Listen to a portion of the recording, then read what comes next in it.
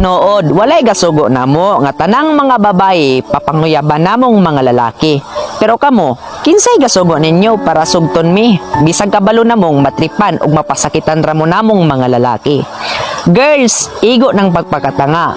Kabalo naman di ay mo nga masakitan ug matripan ramo, nganong isugot man ninyo? Tungod ba kahit suraan og gwapo? Deserve ra na ninyo. Sige mong tahol, nga gidamay nako tanang lalaki.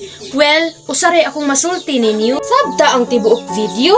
Dili kay putol ray lang taon ninyo. Nganong makaingon mamo, nga gidamay nako tanang kalalakihan, nga daan namang kong niingon sa video, nga dili tanan. Wa man ko'y gimension, nga cheater mong tanan. Wa mo naigo sa akong gistoryahan.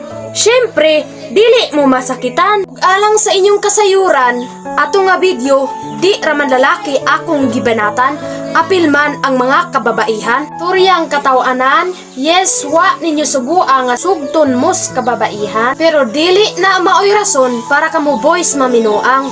Again ha, dili tanan ha, pero dakong ikis sa lalaking hitsura ray gipuhunan para maminuang. Hitsura ray gisaligan para makapasakit sa uban. Kung maunay inyong basihan kung anong ang babae dali rang masakitan kay tungod ras katangahan, oy, tinalig ang kapasikaran ay biktima rapod na sila sa mga saad nga wala na tuman. Ug unsa to? Kusog ba minuang mga laki bisag dili gwapo?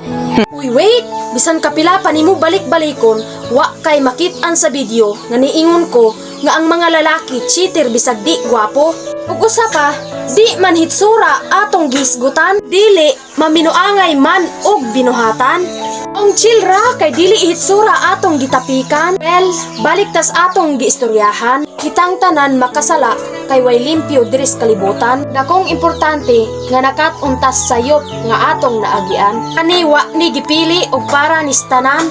Matag usa ka nato dili deserve nga masakitan. Glabaw nang wa tay katungod para mo pasakit sa uban. Maong ayaw og saad kung di ka kabalong motuman. Aron wa kay mapasakitan ug wa kay mapasalig. Ha, wa nako gitanan. Pero kung gusto mong musulod sa relasyon para lang maminuang, aw, panguyab na lang mo buang.